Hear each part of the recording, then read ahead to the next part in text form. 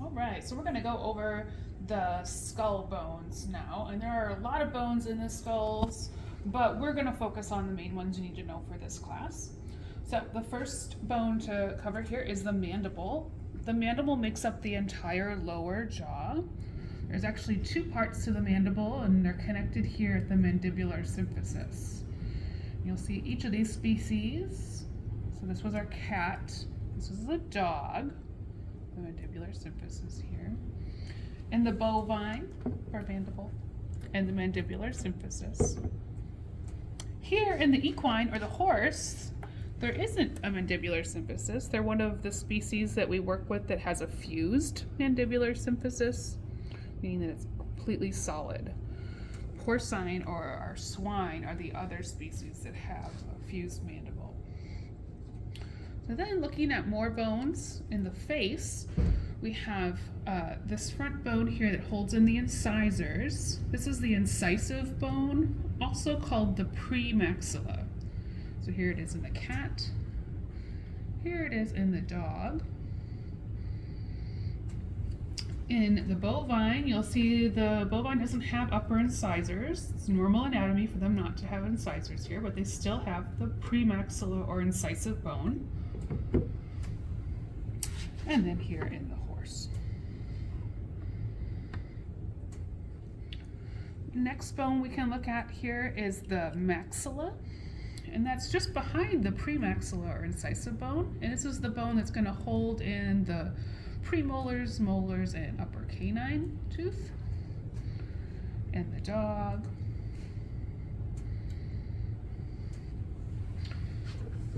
In our cattle, they don't have canine teeth, but they do have premolars and molars. This whole large bone here is the maxilla. And in our horse, this large bone here. On these larger animals, you can see where these bones connect a little bit easier, but all these connections do happen in each species. And these are called sutures, where these come together. And these are joints that aren't movable. Fused together, there's no movement there, but they are separate bones. The next bone to look at here is the nasal bones. These are bones that help make up the nose structure. It's very little here in the cat. Slightly larger here in the dog. Really big for our cattle. And also very large for the horse.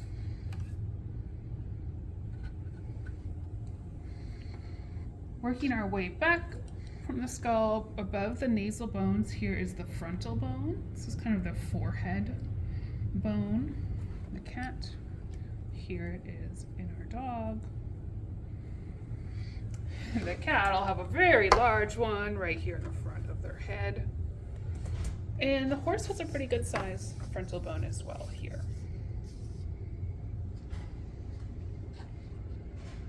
Next we have our zygomatic arch. Here is kind of the cheekbone. So here it is in the dog. Both the dog and the cat have pretty pronounced zygomatic arch. But cattle have a little smaller one. It's a little harder to see. It's a little shorter back here, but it is still here. And same with our horse. A little smaller than the cat and the dog. If we follow the zygomatic arch back, it leads us to the temporal bone. You want to be on your temples or on the side of the head. You can see where the ear hole is as well. So this is the temporal bone. Again, I just follow the zygomatic arch to help me get into that temporal bone area. Same here with the cattle. This area here is going to be our temporal bone. And with the horse, the temporal bone is back here. One feature that the temporal bone has is on the underside of the skull. We can see the tympanic bulla. Large bulbs here on the underside. The cat probably has the most pronounced ones. Here is the dog's. A little smaller in relation to size, but still prominent. The cow and the horse have them as well. However, They're not as nearly as pronounced, and this one's actually a little broken here in the cow. And the same with our horse. They're a little busted up on this horse, but they do have them. Right. The next bone we can look at is the bone that makes up the top of the head. This is the parietal bone. And you see in our dogs and cats, there's this ridge here. So often I think about this being the area where I pet my dog or cat. You can sometimes feel that ridge depending on how much fur and skin I have over the top of it. So here's the dog version. The parietal bone in the cattle is a little bit more inside. It's not as pronounced on the outside, so they don't have a great example of the parietal bone in there that we can see as easily. But the horse does. We can see their ridge here. This is their parietal bone. Then we have the bone that makes up the back of the skull. This is called the occipital bone. The occipital bone has some features that you'll need to know. There's occipital condyles. Remember, condyles are rounded portions of bone that make up articular surfaces. So this connects with the first cervical vertebrae, or atlas. And then the giant hole in the middle is called magnum foramen, and this is where the spinal cord connects to the brain. So the big hole, magnum foramen.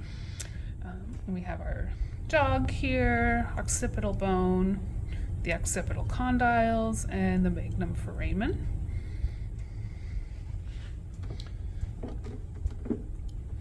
In our cattle, occipital bone, occipital condyles, and the magnum foramen. And in the horse, this is our occipital bone, our occipital condyles on each side, and then the magnum foramen, the hole in the middle. The thing I want to make sure everyone kind of sees here is the magnum foramen can often look similar to our tympanic bulla that are underneath. So the occipital condyles can look similar to the tympanic bulla because they both are really round and smooth. The occipital condyles are always going to be right next to the magnum foramen, where these tympanic bulla will be further down in the skull or underneath this magnum foramen. All right, the last thing we have to go over on our skulls here is the orbit, which is much more of an opening or a hole, less of a feature of actual bone. So we're actually looking at the holes here. These are going to be where the eyes reside. So that's our cat. Here's our dog.